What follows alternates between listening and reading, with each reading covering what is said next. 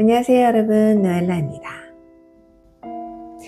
혹시 누군가에게 상처받아 화가 나고 혼자 남겨진 것 같아 외롭고 앞날이 불안해서 밤잠을 설치고 또 괜히 막 슬퍼지는 그런 날 있으신가요?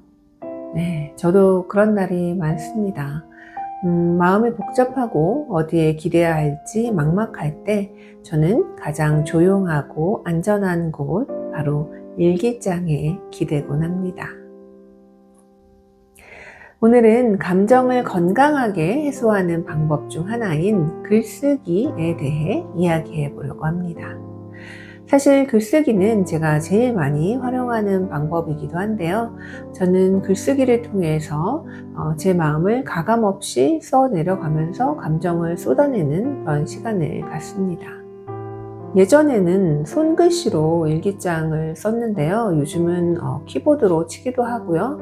아니면 손으로 쓸 때는 아무 종이에나 써서 찍거나 태워버리기도 합니다. 사실 연구에 따르면 감정을 단어로 표현하는 것만으로도 두려움과 분노를 담당하는 편도체 활동이 줄어들고요. 감정을 조절하는 전전두엽이 활성화된다고 하죠. 글을 쓰는 행위 자체가 뇌를 진정시키고 내 마음을 한 발짝 떨어져서 바라보게 만들어서 우리의 뇌가 평온해진다는 것입니다. 그럼 어떻게 글을 써야 할까요?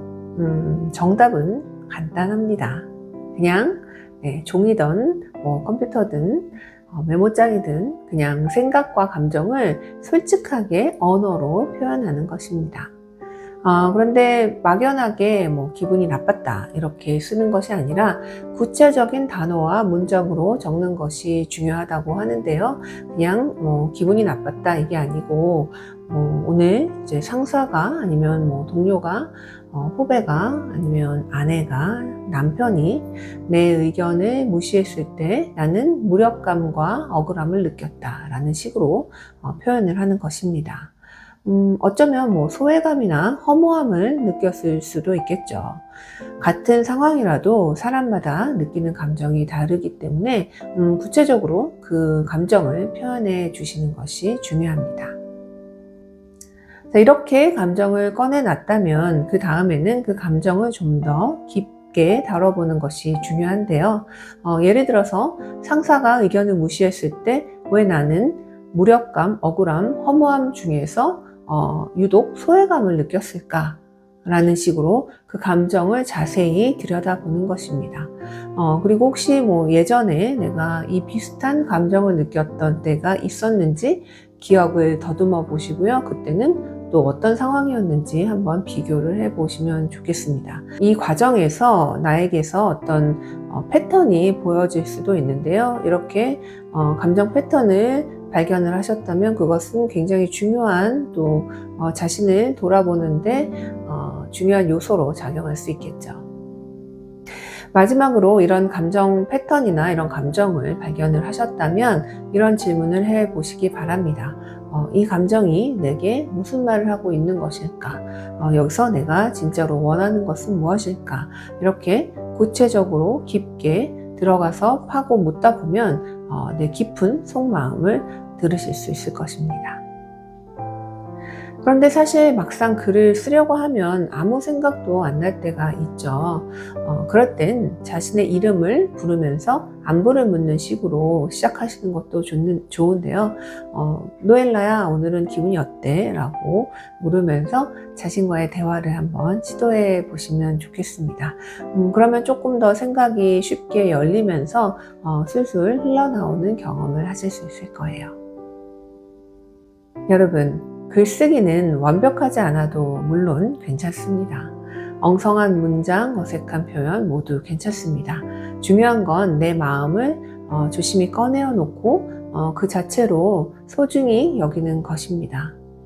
지금 우리가 느끼는 이 순간순간 모든 감정들은 아무리 부정적이어도 그 자체로 소중하고 존중받아야 합니다. 그 자체로도 모든 의미가 있는 것이니까요.